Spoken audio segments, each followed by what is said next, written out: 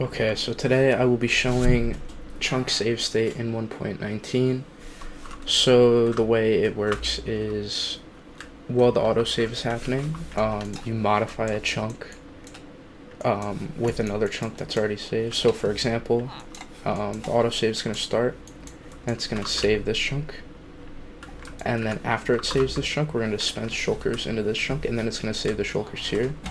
So it'll get saved with dispensers full of these shulkers of scaffolding, and it'll also get saved with them dispensed here.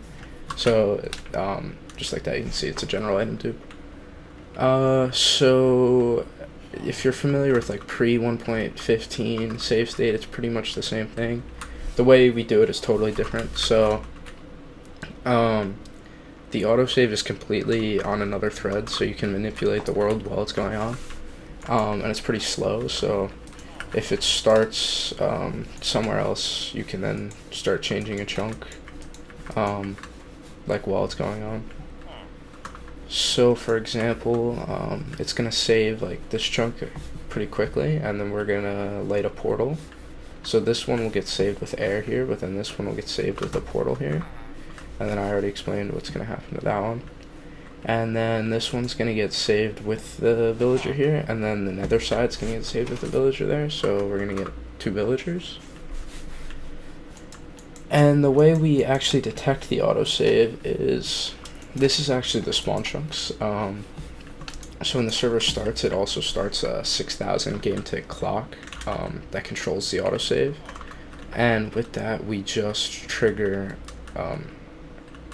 a reload detector, and then that just starts a 6000 game tick delay, and then that's what triggers all this, and then that's how we get the timing to trigger things at the same time as the autosave. So you'll see once this triggers, we have to crash the server. The significance of that is when you crash the server, it'll default to the last autosave, and by defaulting to the last autosave, we can actually see those differences in what chunks got saved and what chunks didn't. There's no other way than crashing from the lag. It has to be from lag to get it to go back to the last autosave, because every time you unload a chunk, if it's not from a crash with lag, it'll just go to whatever the chunk, it'll save the chunk while you unload it, so you need to crash the server.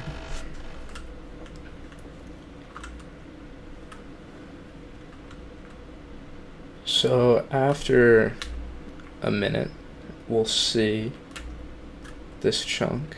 So what will happen is this will have dispensers of shulker boxes, and then this will also have shulker boxes. We'll have air here, so it'll kind of like slice a portal. We should get a villager with identical trades on the nether and the overworld side.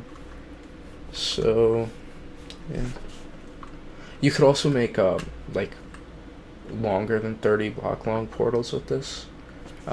If you like saved one like part of the portal and then broke it and then made the portal longer while the autosave is happening, that's you gotta make a setup for that. It's kind of a little complicated.